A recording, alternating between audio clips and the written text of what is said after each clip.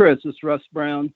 I know you're going to talk about your two recruits, but you had talked about hoping to get a frontline player / backup center. Are you still feeling you've got a shot at one, or how are you approaching that?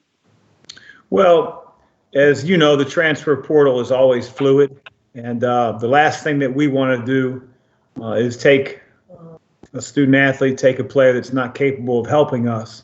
So we'll determine the best course of action, as days develop.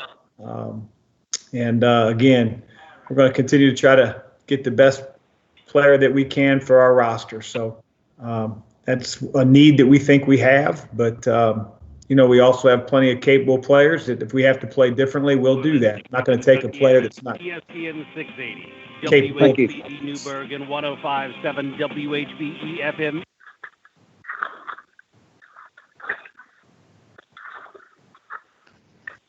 Next question. Coach, this is Kent Taylor from Wave. Can you just take us through the process of landing Charles? I would imagine, obviously he wasn't on your radar maybe until Jay decided to go to the NBA, and then it kind of happened pretty fast. It did happen awfully fast, Kent. It's one of those things where we received word from Jay's father that he was not going to be attending Louisville, that he was going to go ahead and sign with an agent and, enter the NBA draft. So that at that point, we convened as a staff, sort of like we're doing here today, and put all the options on the table and said that we got to try to figure out somebody that can help us in the backcourt. And so, our assistants and myself poured over tape, looked at who was available in the transfer portal. Charles's name quickly surfaced. And although he had cut his list recently, I still thought there might be a willingness for him to hear us out, knowing that there really wasn't a school east really of Butler on his list, knowing that he was from North Carolina, grew up in the heart of the ACC.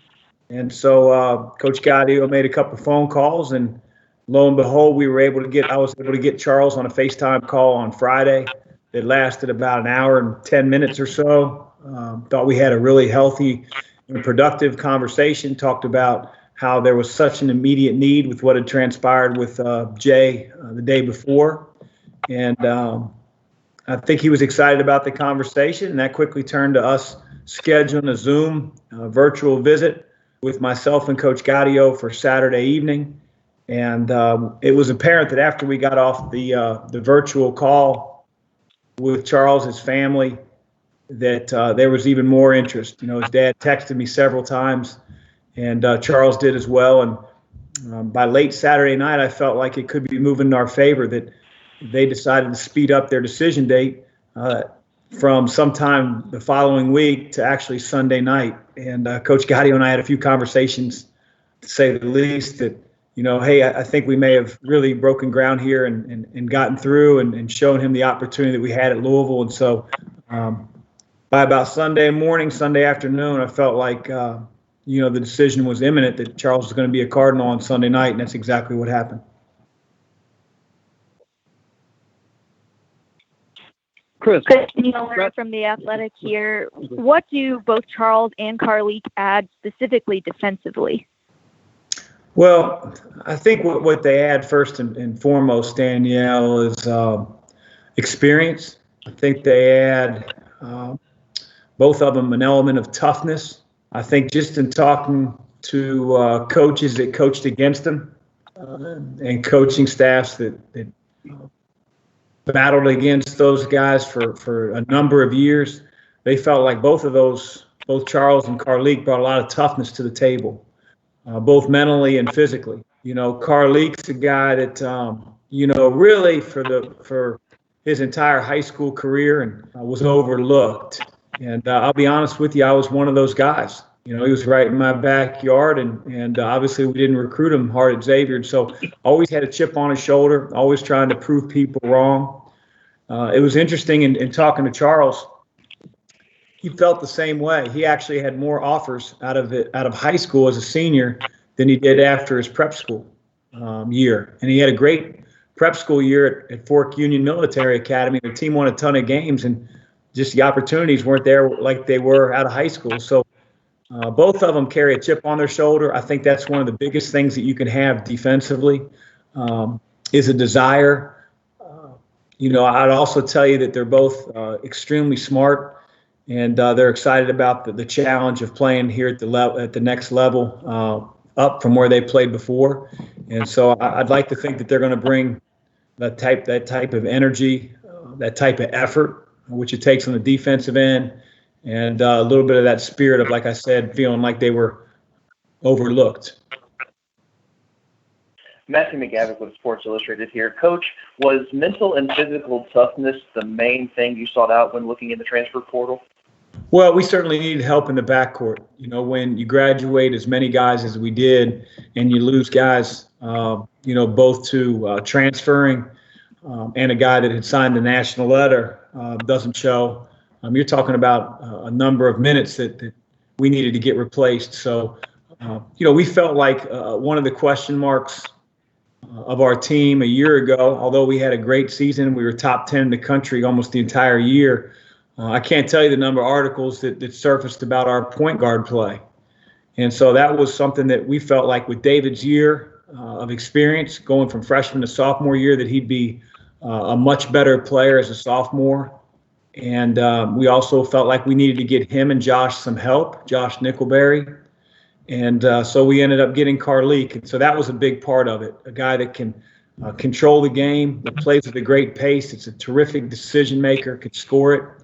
And then Charles provides that ability to guard the backcourt as well. And a guy that, as you saw in the West Coast Conference tournament, had a great tournament and had a really good career at San Francisco, scored a lot of points, and had to create a lot on his own. And again, with David and Carleek, I'd like to think that a lot of the creating in the backcourt can be done by those two guys, and Charles won't have as much on his plate. But we really needed help in the backcourt based on who we lost. Chris, this is Ken Spencer with WHAS 11. Is it comforting at all to have maybe a little bit of familiarity with both of these players before they actually get on campus? For Carleek, he went to he was at one of your camps. I think he mentioned growing up, and then for Charles, one of his mentors is Ish Smith, who played for Dino.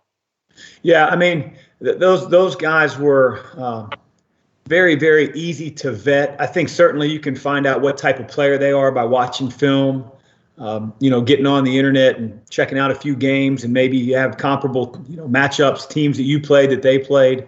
But I think just as important is when you take a guy, for 8 months to 12 months in your program, he's got to be the right fit. He's got to be a guy that, can get along well with people, can quickly endear himself to his teammates. And it was really evident with those two and the people that we talked around him that they were those type of guys. And so, familiarity helps. We certainly do as much homework as I think probably the student athlete does on his end when he was looking at all the schools and talking to fellow coaches, maybe the guys that played for us. And that was a big help. But I think that's a huge key when you bring in a guy that, has college basketball experience, is older, has dreams and goals, and you want to make sure that those mesh with what you have in store for them.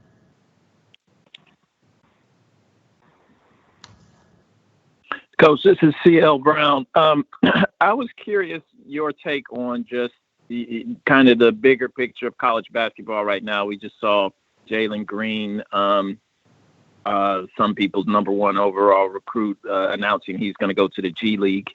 And I was just wondering, the ripple effects of the G League option now and overseas options for kids, what kind of an impact you feel like that's going to have on college basketball moving forward?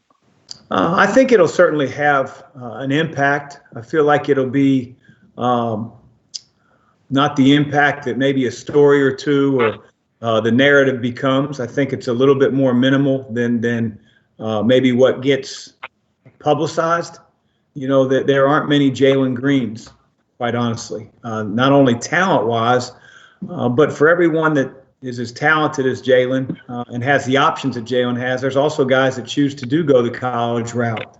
And so I don't see it becoming, something where you're talking about 25 to 30 guys a year, but more a handful of guys And, I think you can go back in time and see that, there are always a handful of guys that didn't qualify academically. There's always a handful of guys that, maybe went a different route. But overseas, I don't think, especially in the world that we live in now, is an option that is as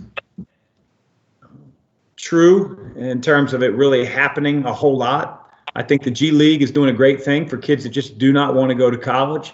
But I think there are a ton of kids that are still going to want to go to college and have the ability to play. And I do believe the NCAA, when we get through this coronavirus, is going to start making steps towards a name, image, likeness that can sort of maybe even that playing field. But, there are always going to be kids that want to go on to the pros. And I'm glad the G League's able to offer that opportunity for those very few select kids that can do that.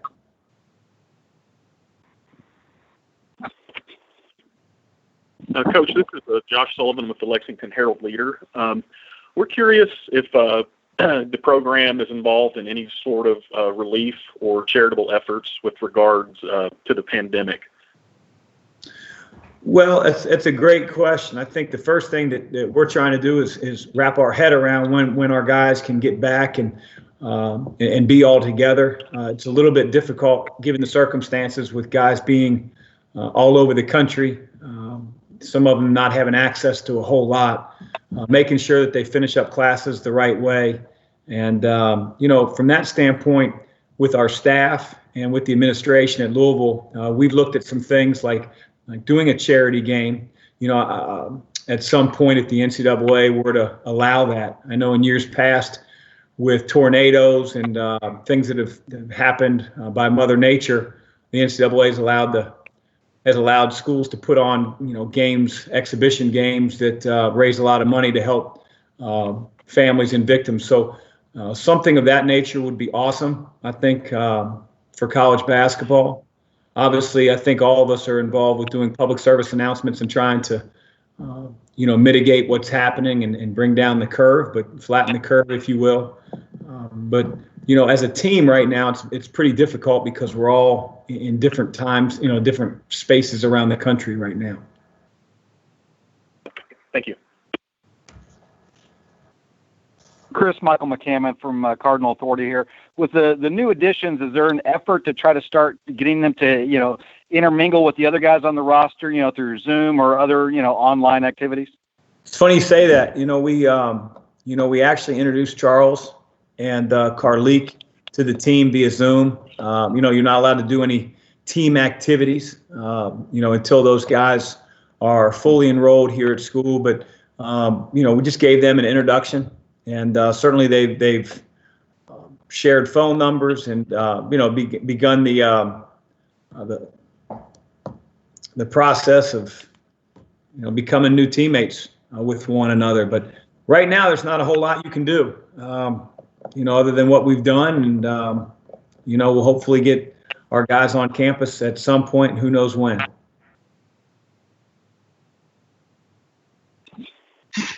Chris, Ken Spencer with WHAS 11 again. The last time we spoke to you a couple weeks ago, you mentioned the fact that Aiden was a little banged up at the end of the year. How is he right now, and what did you think of his freshman year? Was he getting better throughout the course of the year? He was. Aiden came in really wholly unprepared at our level with all the things that go into being a college player. Just the sheer the work ethic, the intensity of the workload was all something that was very new to Aiden, as is the game of basketball. So I think going against Steve and Malik every single day, I think if you ask Aiden, he would tell you that he learned an awful lot. Where he was in January, February with practice was a lot different than what we saw in August and September when he first arrived. And that's a great thing. He's got a high ceiling. He's a guy that I think, has learned how to defend out on the perimeter, around the basket, much better than he could before. So we're really excited about, Aiden's progression. Obviously, the spring and summer stink because we'd love to be in the gym right now, getting better and working with him. He's in the epicenter right now, the coronavirus being up in New York. Which has me a little bit nervous for he and his family. But, he's finishing his rehab on his shoulder. I think every day he's getting closer to 100%. He's doing what he can conditioning-wise around the house and at a local track so that he can stay, out of harm's way when it comes to the virus. And when that time comes, when we get him back on campus with everybody else, we'll feel like he'd be in a much better spot than he was when he first arrived at campus. Chris, this is Aaron Matus with WDRB. We're just wondering, I know every program is going to be in the same situation with freshmen not getting that time potentially in the summer. Is that a concern to you? I've heard college coaches say it's such a crucial time for freshmen, or is it more of everyone's in the same boat this year? Well, that's the, I don't know, say fortunate thing, but we could be in a situation where, if we were school down south and this was a hurricane, that maybe we weren't looking at returning to school for, a month and a half, and maybe there'd be a competitive disadvantage with what some programs could do versus others. So we're all in the same uncharted territory together. I don't worry just about the freshmen. I worry about all of our players. The ability to, when they get back, get them in shape, and at the same time keep them healthy. We're all older. We know what that means. If you ask me to run out there in front of my house and do a 50-yard sprint, I promise by about the 30 or 40th yard, I'd pop a hamstring. So, with our guys being relegated to their homes for a long period of time, whether they're a freshman or a senior, we've got to be really wise when we all come back together to make sure that, we get them in the best shape we possibly can as quick as we can, without doing things that would put them in harm's way. Now, the learning curve, it's going to be tougher. I don't think there's any two ways about, seeing it differently. But that's okay. We'll deal with it. And like I said, it's an even playing field all around the country in that regard. Coach Pat Jaggers here, ESPN Louisville. In regards to the 2021 recruiting cycle, with COVID-19 affecting AAU events, they're obviously not being an evaluation period right now because you can't go out and see those guys due to the virus. Are you concerned at all that might kind of create like a mad dash to evaluate guys once all of this is over? Well, I think like football staffs do, we've spent a lot of time watching tape on student athletes that we didn't have maybe a chance to see during the year. My assistants did a great job throughout the course of the season at going and seeing a ton of different kids all over the country. And so we feel like we have as maybe good of a handle as we can on the 2021 class. I myself saw a lot of kids play throughout the year. But you would like to have seen them 4, 5, and 6 times, which is what April evaluations generally give you, which is what the June team camps allow you to do. The same thing with the July recruiting period. There will be a recruiting period, I believe. And now whether that is, remotely like we're doing now, where kids are playing sometime in July or August or September, who knows? But if not, then we'll have to do the best we possibly can, watching a ton of tape. And like I said, fortunately, we had a lot of kids on campus, and at the same time, saw a lot of kids play this year in the 2021 class.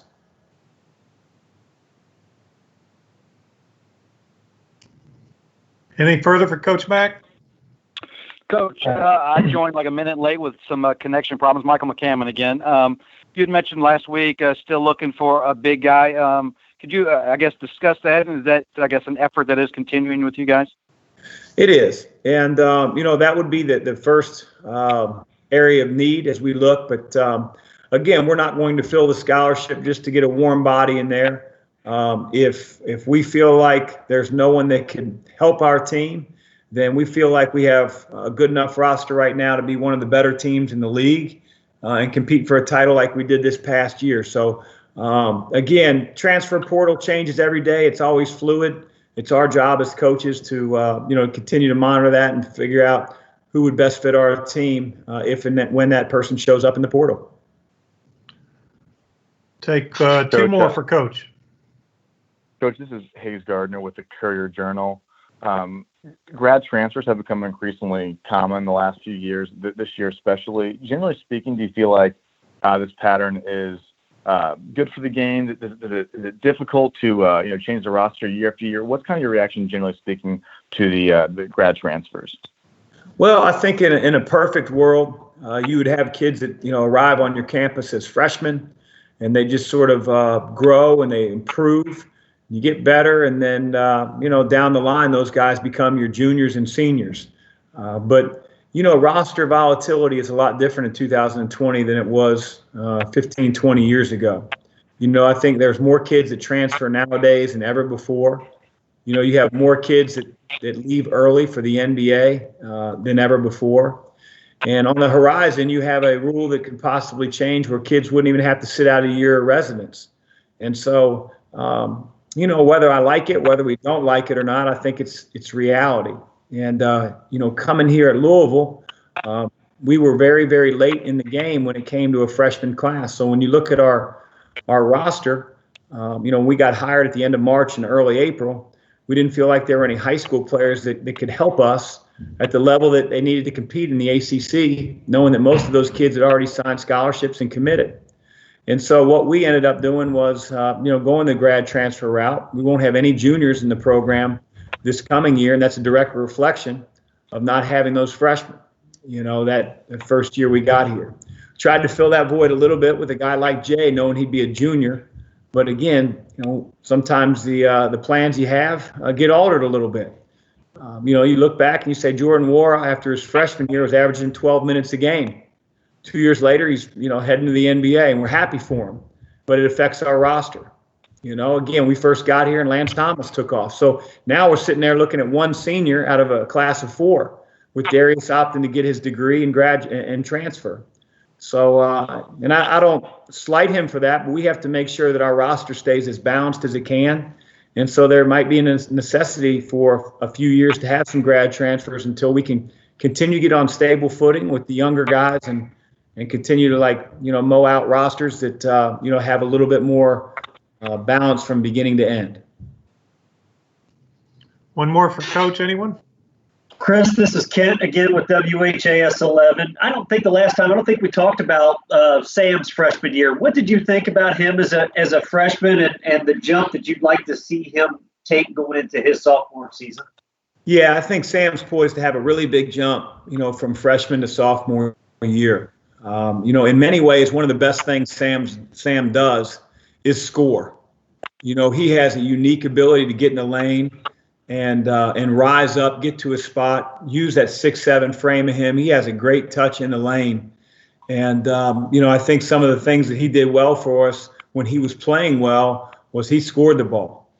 Now, when you come in to a program that has a guy like Jordan Wara, who's one of the elite scorers in college basketball, you have a guy like Ryan McMahon, maybe that's not necessarily what we need from Sam all the time. And if we do get that, we have to have the defensive effort, the defensive understanding, because when you have a guy like Dwayne Sutton, he has that for 5 years. So, Sam at times had some really good moments. He also had some very freshman moments that we had to pull him off the floor, whether it was turnovers. And so, sometimes when you're a freshman or you're a guy that's maybe not playing, consistently 25, 30 minutes a night, you get a little tightened up thinking you have to prove yourself and do something that maybe puts you in a position where you're making more mistakes than you are making positive plays. But Sam's potential as a scorer for us is through the roof. I think he's shown that he can be a very good rebounder for us. And he's going to have to up his defense, and he knows it. He's more than capable. I think he grew as a freshman, and we're really looking forward to having Sam as a sophomore, thinking that he's going to do some big things for our team. Great. Well, Coach, thank you for your time today. Appreciate it very much. Media with us, wish you good health, and thank you for joining us today.